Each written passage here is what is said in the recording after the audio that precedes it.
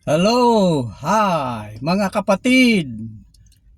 Narito naman po ako dahil mayroon na naman po tayo pag-uusapan. Yan po ay ang 10 utos.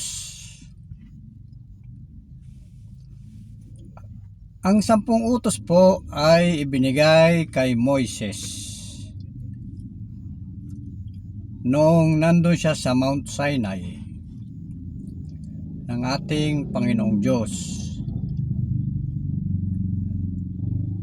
Ang 10 utos na yan ay para sa lahat ng tao.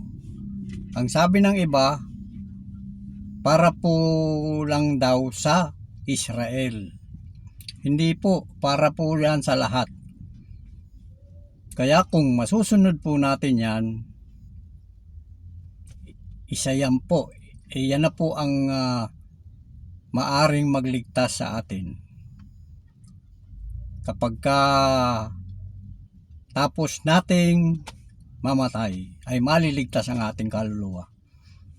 Kaya lang po, halos wala namang taong nakasunod ng 10 utos.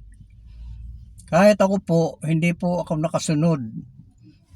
Kaya iyan po ang inihingi ko rin po ng tawad sa Panginoong Diyos. Kapag ako'y nagdarasal, ang mga kasalanan, pagkakamali ko rin, yan po, na sana ay mapatawad din ako ng ating Panginoong Diyos.